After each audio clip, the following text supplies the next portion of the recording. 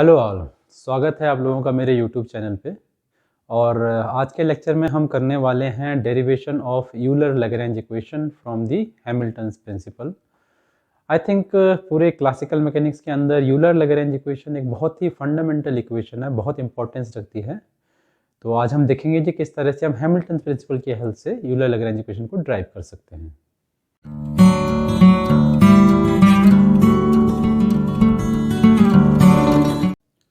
So let's say हमारे पास capital N number of particles हैं, ठीक है, और out of this system of capital N number of particles हमारे पास जो है small s number of constraints है, ठीक है।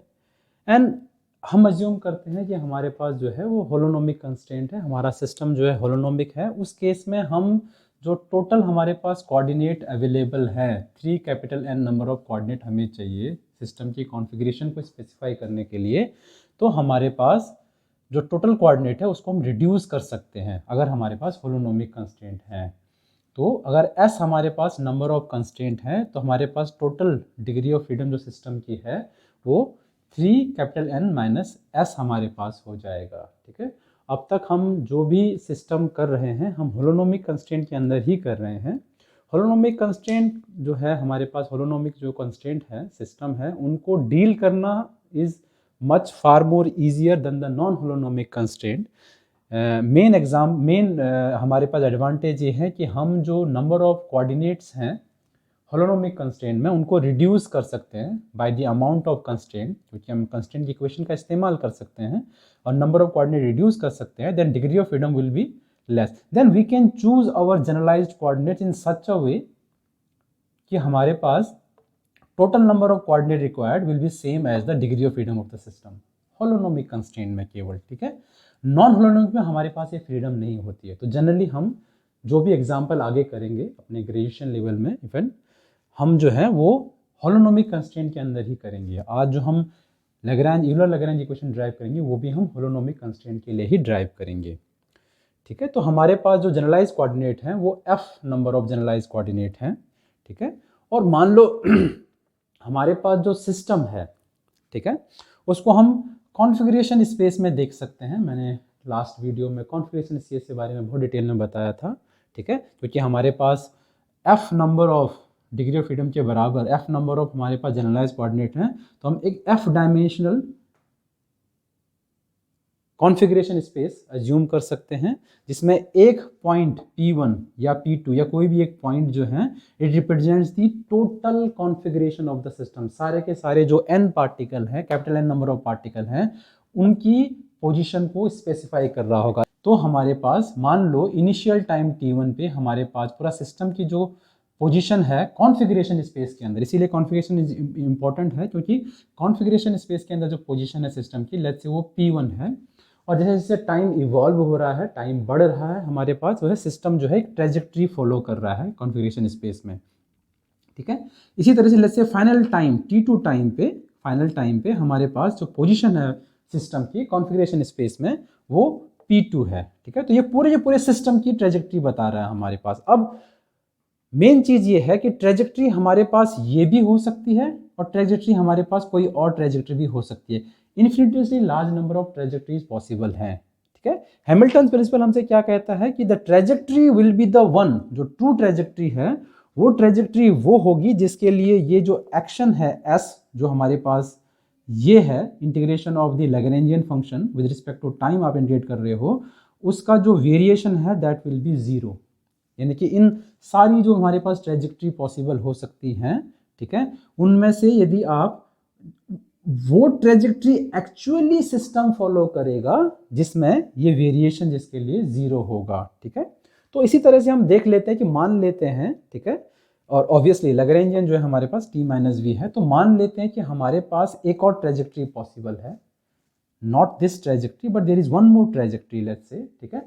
और ट्रेजेक्ट्री आपने कैसे बनाई है, आपने हर एक पॉइंट पे, इस ट्रेजेक्ट्री के हर एक पॉइंट पे हमारे पास एक set of values of Qj हैं, j goes from 1 to f, set of values of Qj हैं, ठीक है। तो आपने हर एक Q को स्लाइटली वेरी किया है with a small amount delta Q।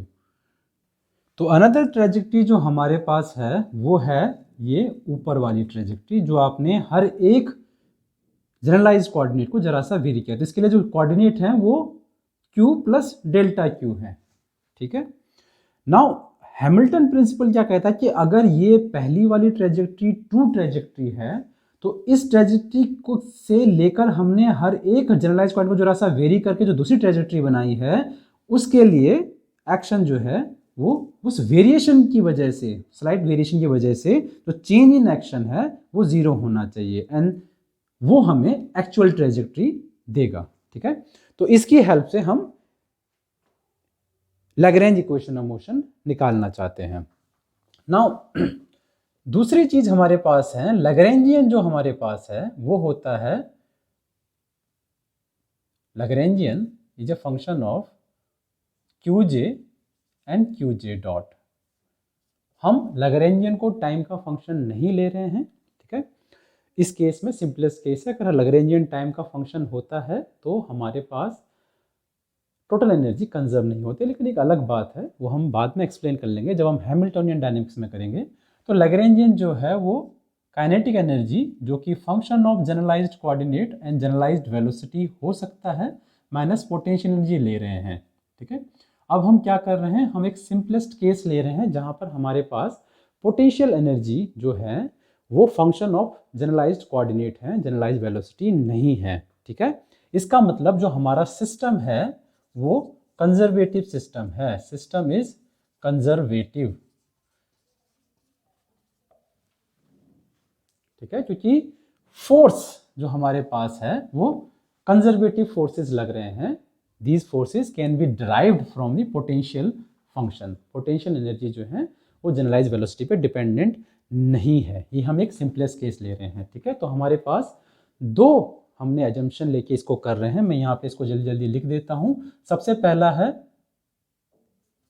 हम कर रहे हैं होलोनोमिक सिस्टम के लिए, या हमारे पास कह सकते हैं कंस्ट्रेंट जो है वो होलोनोमिक है, स्पेशली हम जो इक्वेशन ड्राइव कर रहे हैं, ठीक है। और दूसरा हम कर रहे हैं कंजर्वेटिव सिस्टम के लिए।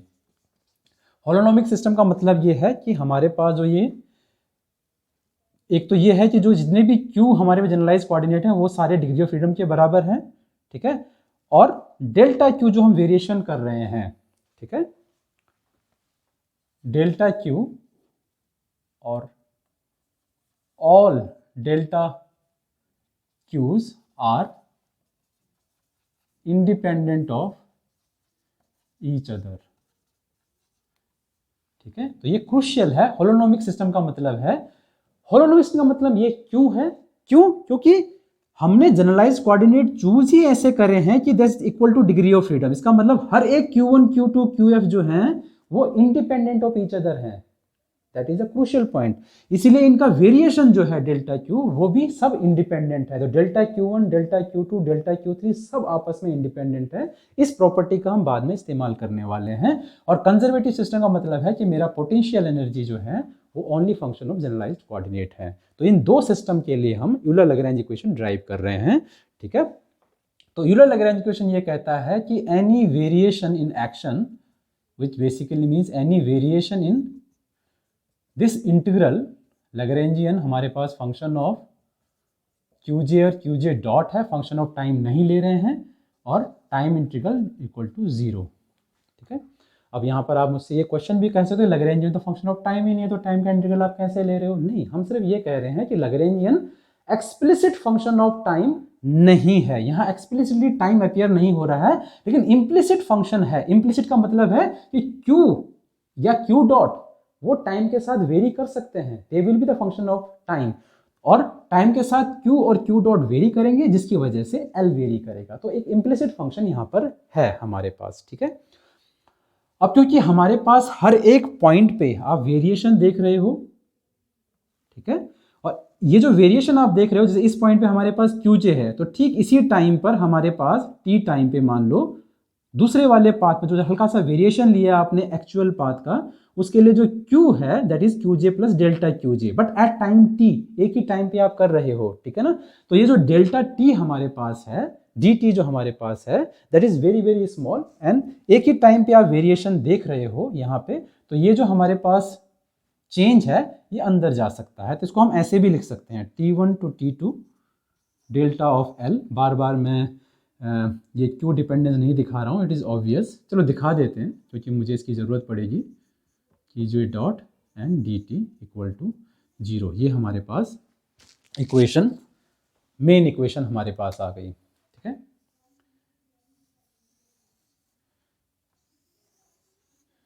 क्योंकि वेरिएशन जो आप देख रहे हो एक ही टाइम पे देख रहे हो, जैसे यहाँ पर वेरिएशन देख रहे हैं तो एक टाइम पे, यहाँ पर हमारे पास कुछ QJ है, वहाँ पर उसके करस्पॉन्डिंग टाइम पे कुछ QJ प्लस डेल्टा QJ है, एक ही टाइम पे देख रहे हो। तो DT का यानी delta variation of DT is 0 basically. ठीक है, सो ये हमारे पास इंपॉर्टेंट एक इक्वेशन है।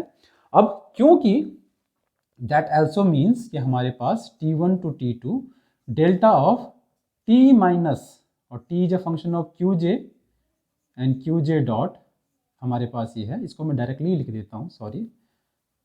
सो मेरे पास delta of T QJ and QJ dot है, ठीक है, minus delta of V and that is a function of QJ, ठीक है, and then DT and that is equal to 0। ठीक है, इसका मतलब हमारे पास ये भी है।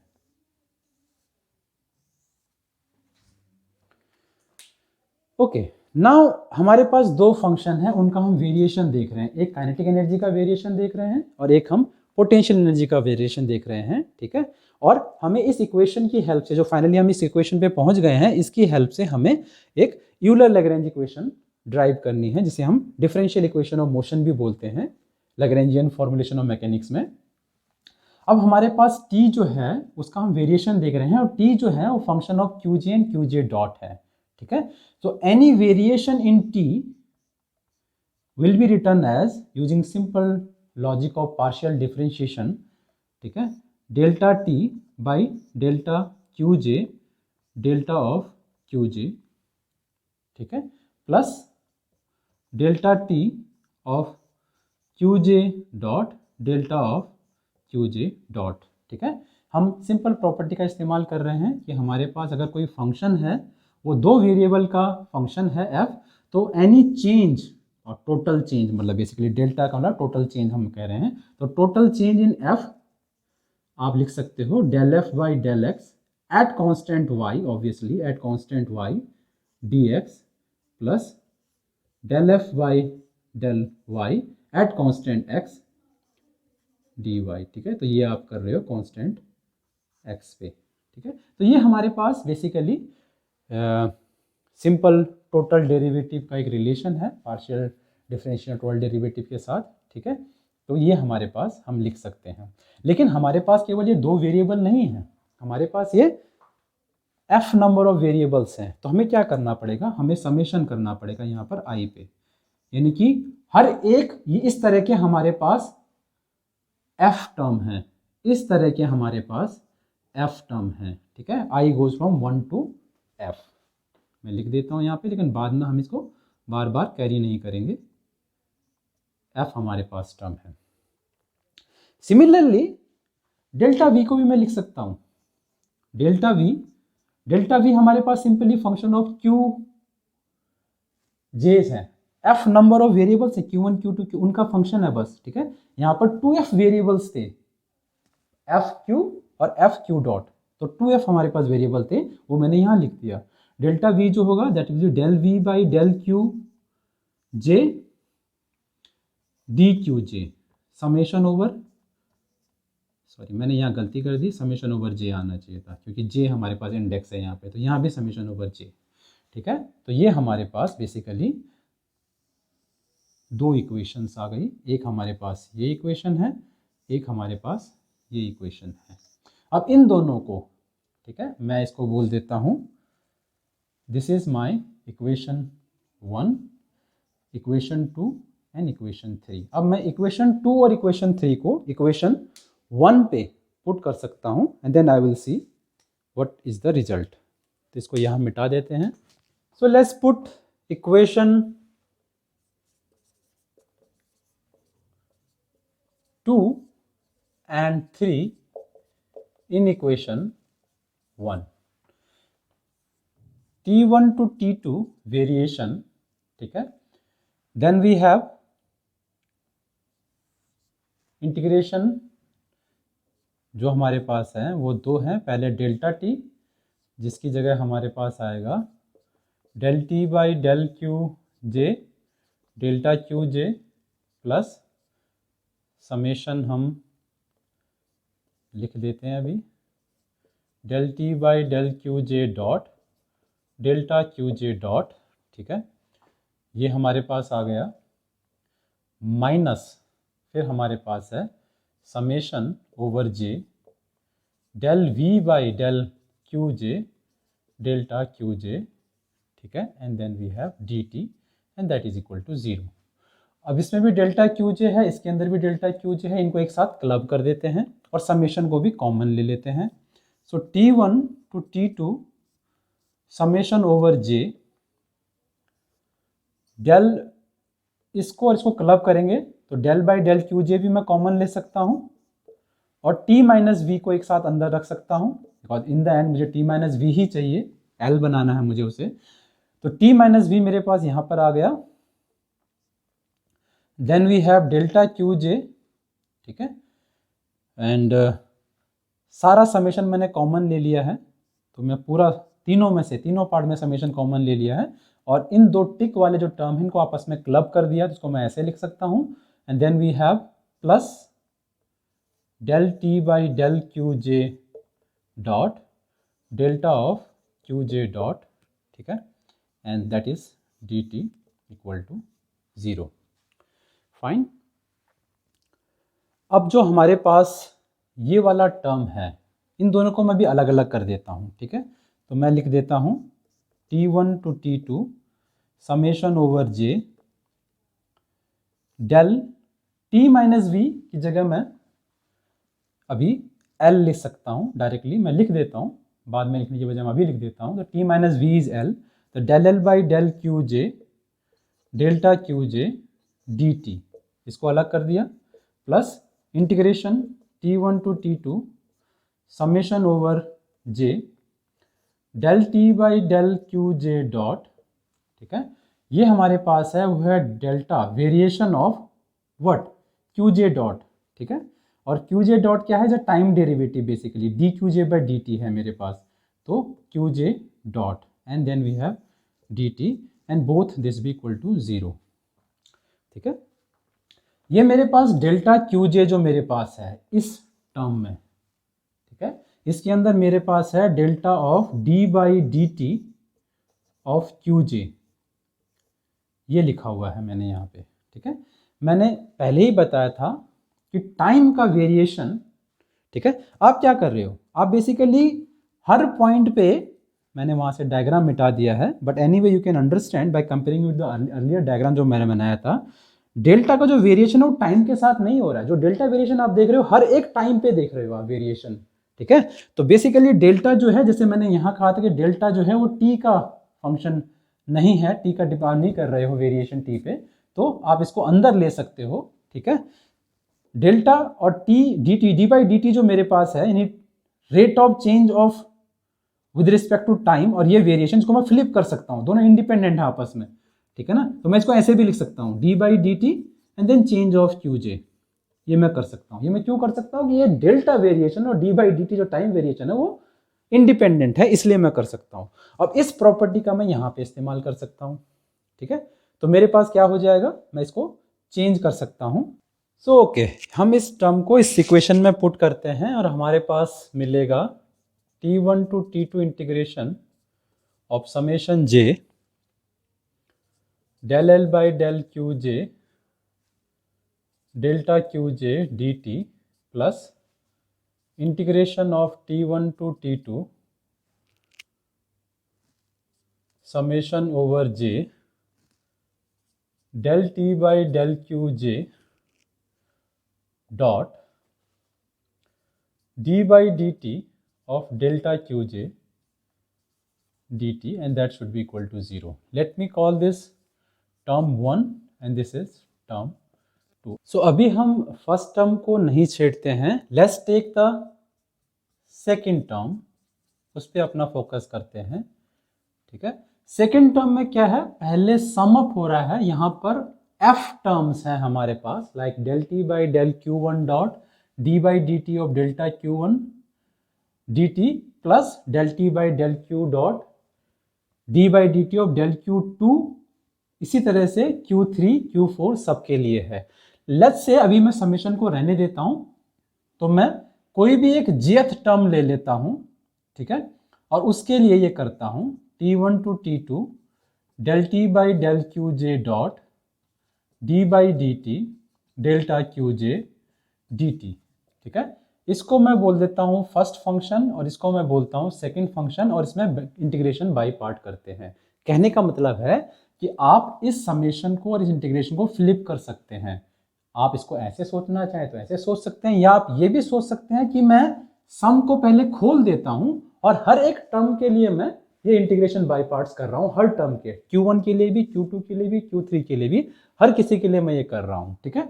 तो किसी भी एक पर्टिकुलर Q के लिए मैं आपको दिखा रहा हूं कि कैसे होगा वो, हर एक J वाले टर्म के लिए J1, हर एक Q2 Q3 Q हर एक के लिए वही होगा, ठीक है। तो पहले इसके लिए करते हैं first function integration of the second function del T by del Q J dot integration of the this function, लेकिन ये तो टोटल इंटीग्रेशन हो गया, ठीक है ना, T1 to T2 D by D T of delta Q J D T, आप D T के रिस्पेक्ट में इसे कर रही है, टोटल इंटीग्रेशन हमारे पास हो गया, माइनस फिर क्या होता है T1 से लेकर T2 differentiation of the first function, differentiation किसके रिस्पेक्ट में, जिसके रिस्पेक्ट में आप इंटीग्रेट कर रहे हैं obviously, D by D T of del T by del Q J dot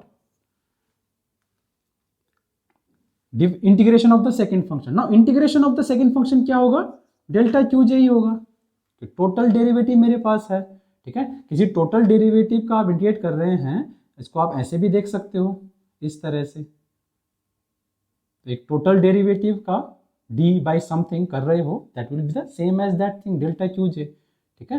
तो अगर आप इस तरह से देखना चाहते हो तो ऐसे भी देख सकते हो। सिमिलरली यहाँ पर क्या आ जाएगा, डेल्टा क्यू जे डी टी, ठीक है।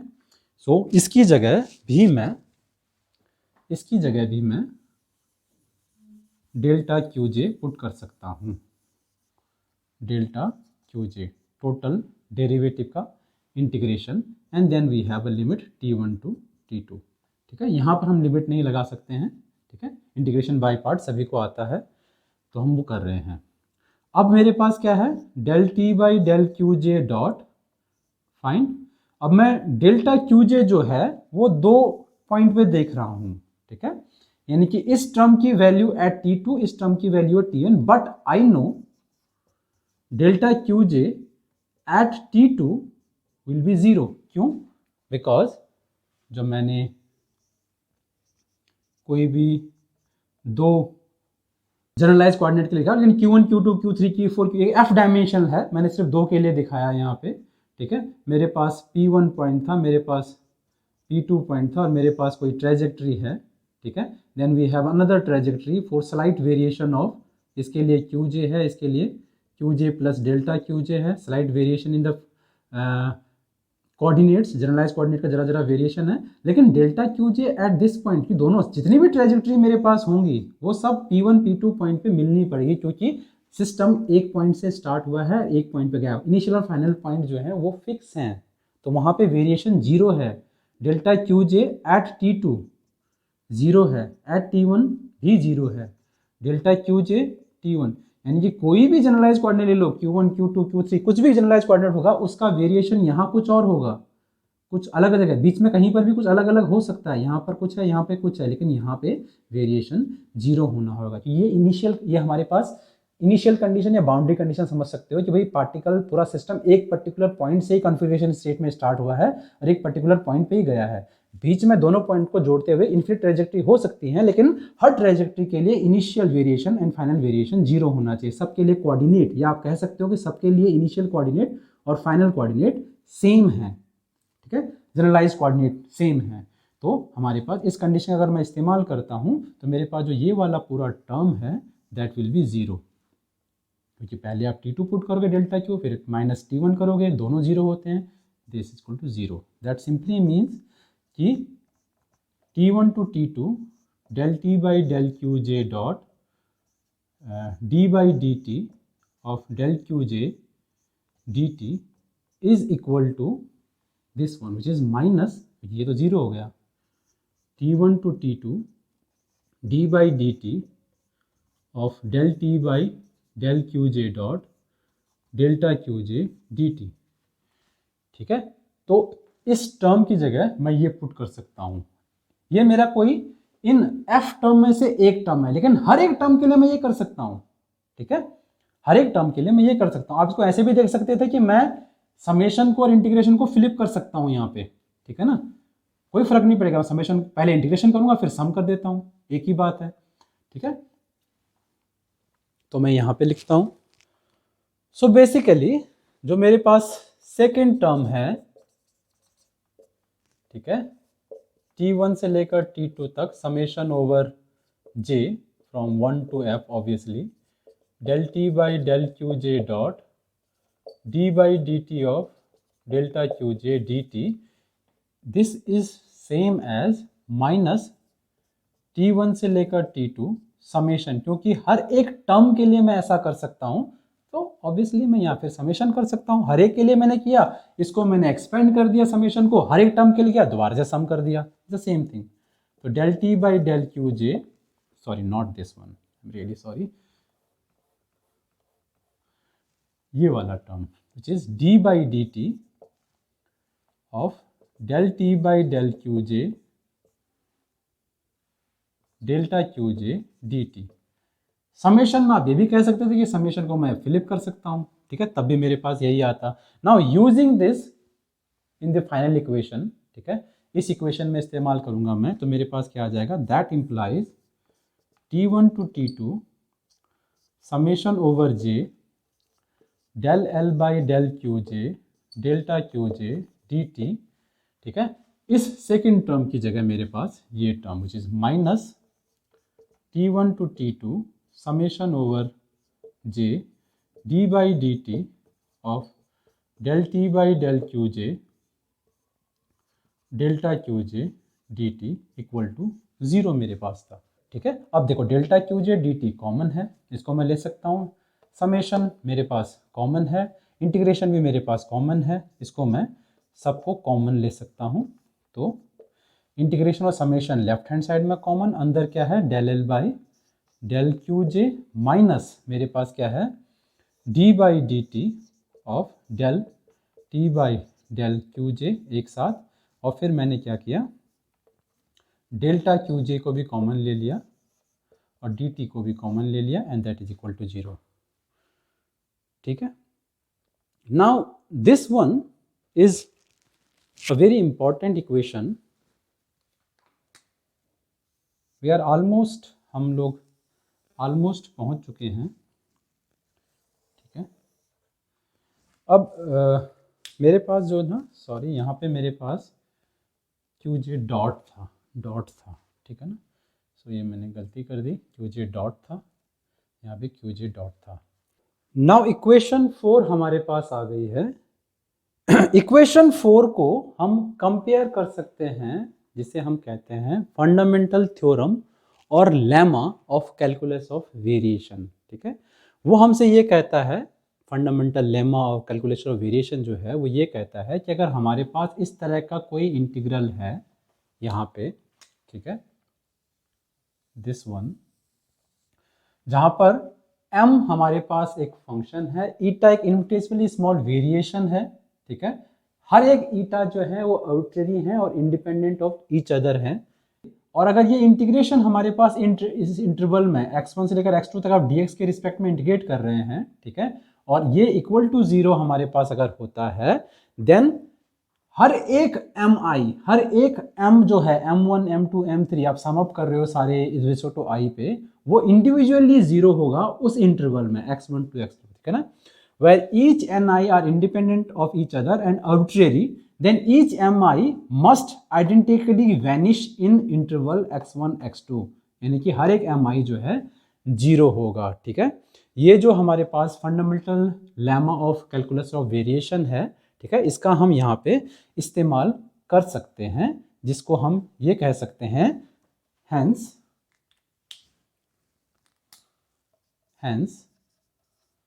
from इक्वेशन 4 हर एक डेल्टा क्यू ईटा की तरह आर्बिट्रेरी हैं। डेल्टा Q1 डेल्टा Q2 जो है वो आर्बिट्रेरी हैं। हमने कोई ये फिक्स नहीं किया था कि हमारा वेरिएशन जो हो रहा है दो पाथ पे, ठीक है, जो दूसरा path Q plus delta Q है वो डेल्टा Q पे हमने कोई रिस्ट्रिक्शंस नहीं लगाई थी, आर्बिट्रेरी था। वो पाथ कुछ भी हो सकता है, वो पाथ ये भी हो सकता है और भी हो सकता है, ये भी पाथ हो सकता है, कोई भी पाथ हो सकता था, ठीक है। तो आर्बिट्रेरी था और हर एक डेल्टा Q इंडिपेंडेंट है। That is the holonomic constraint के लिए हम इसको कर रहे हैं, ठीक है। तो हर एक डेल्टा Q जो है इंडिपेंडेंट है। तो हमारे पास ये कंडीशन इक्वल टू 0 है। यहाँ पर dx की जगह हमारा डीटा dt है जो t1 से लेकर t2 इंटरवल में जा रहा है, ठीक है। इस इंटरवल के अंदर ही ये वेरिएशन है, ये फंक्शन भी इसी इंटरवल के अंदर डिफाइन है, ठीक है। तो according to fundamental lemma of calculus of variation, this term जो हमारे पास ये टर्म है, this should be identically 0। Each term, सिर्फ एक जे नहीं, J1 के लिए भी, J2 के लिए भी, J3 के लिए भी, टिल JF के लिए हर एक टर्म इंडिविजुअली इक्वल टू 0 होना पड़ेगा, ठीक है। This is what the fundamental lemma of calculation of variation tells us. Now using this theorem हम सीधे ये कह सकते हैं del L by del QJ minus D by DT of del T by del QJ dot, ठीक है, ये 0 होगा where J goes from 1 2 3 till हमारे पास जितने भी जनरलाइज्ड कोऑर्डिनेट हैं। For example in holonomic constraint they are equal to the degree of freedom, ठीक है। तो हमारे पास ये है, फाइन। नाउ हमें पता है कि जो हमारा पोटेंशियल है, ठीक है, that is a function of generalised coordinate only, generalised velocity का फंक्शन नहीं है। तो इस टर्म को हम थोड़ा सा मॉडिफाई कर सकते हैं ताकि हमारे पास L अपीयर हो जाए, T की जगह L आ जाए। हमें पता है कि del V by del QJ dot वो 0 होना चाहिए क्योंकि एक्सप्लिसिट डिपेंडेंस नहीं है V पे QJ डॉट की, तो ये 0 होगा। And obviously D by DT इस टर्म का भी 0 होगा, ठीक है। तो हम इस टर्म को, ठीक है, डायरेक्टली इस टर्म के साथ ऐड कर सकते हैं, ठीक है। Let me call it equation number 6, इसको बोल देते हैं इक्वेशन नंबर 5, ठीक है। तो हम 5 प्लस 6 कह सकते हैं, राइट हैंड साइड दोनों के ऐड के बाद भी 0 ही होगा क्योंकि दोनों ही राइट हैंड साइड 0 हैं, ठीक है। So that implies when you do 5 plus 6, अगर हम 5 प्लस 6 करते हैं तो हमारे पास फाइनल इक्वेशन क्या आ जाएगी, del L by del QJ minus D by DT, ठीक है, del T by del QJ dot plus D by DT del V by del QJ dot and that should be equal to 0, ठीक है। तो finally हमारे पास ये equation आ गई है। इसमें हमने केवल एक मैथमेटिकल ट्रिक लगाई है, ठीक है, क्योंकि हमें पता है कि हमारा कंजर्वेटिव सिस्टम के लिए हम कर रहे हैं, पोटेंशियल जो है फंक्शन ऑफ जनरलाइज्ड वेलोसिटी नहीं है। तो हम इस तरह से इस टर्म को इक्वेशन 6 को विच इज इक्वल टू 0 इसमें ऐड कर सकते हैं, we will get this one.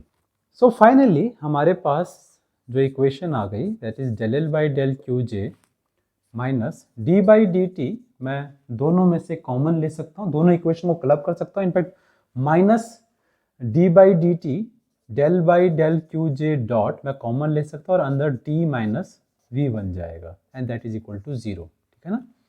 तो मैंने क्या किया, D बाई DT भी कॉमन ले लिया, माइनस साइन भी कॉमन ले लिया, del by del QJ dot भी दोनों में कॉमन है, वो भी मैंने कॉमन ले लिया, T माइनस V बन जाएगा and that is nothing but L। So finally इसको मैं थोड़ा सा रीअरेंज कर सकता हूँ क्योंकि right hand side equal to 0 है, तो मैं इसको ऐसे भी लिख सकता हूँ D by DT of del, this is L by del QJ dot, फिर यहाँ पे हमारे पास माइनस, तो हम फ्लिप कर सकते हैं माइनस प्लस साइन को, ठीक है, या फिर आप कह सकते हैं कि मैं -1 से इसको मल्टीप्लाई कर सकता हूँ and I will get del L by del QJ equal to 0, ठीक है। तो ये हमारी स्टैंडर्ड फॉर्म है जो जनरल लिटरेचर में हमें दे रखी होती है, ठीक है। This is called the Euler Lagrange equation. Euler Lagrange equation हमारे पास है। इसमें दो चीज़ें आपको समझने की मेन चीज़ है, ये एक इक्वेशन नहीं है, ये कितनी इक्वेशन है, टिल हमारे पास जितने भी जनरलाइज्ड कोऑर्डिनेट हैं उतनी इक्वेशन हैं। ये बेसिकली अगर जैसे कि हम एफ जनरलाइज्ड कोऑर्डिनेट लेके चल रहे हैं, ये एफ इक्वेशंस हमारे पास हैं, एक इक्वेशन नहीं है। And they are the second order linear differential equation, ये हमें डिफरेंशियल इक्वेशन ऑफ मोशन देती हैं। This is precisely analogous to the Newton's equation of motion, Newton second law के इक्विवेलेंट है, जो हम अगले लेक्चर में देखेंगे कि किस तरह से ये इक्वेशन और न्यूटन सेकेंड इक्वेशन जो है वो एक्जैक्टली एक दूसरे के इक्विवेलेंट है। इनफैक्ट इन सर्टेन टर्म्स हम कह सकते हैं कि Euler Lagrange equation is much more useful, much more advantageous, ठीक है, मच मोर ब्रॉडर वे में ज़्यादा बेटर है as compare to your Newton's equation in certain respects, ठीक है। So this is our Euler Lagrange equation. सो आज का लेक्चर हम यहीं पर ही ख़त्म करते हैं। अगर आप लोगों को मेरा ये लेक्चर थोड़ा सा भी पसंद आया हो, आपको कोई यूज़फुलनेस लगी हो, तो प्लीज़ लाइक, सब्सक्राइब और ज़रूर कमेंट करें। टिल हम अगले लेक्चर में मिलते हैं, तब तक के लिए बाय बाय।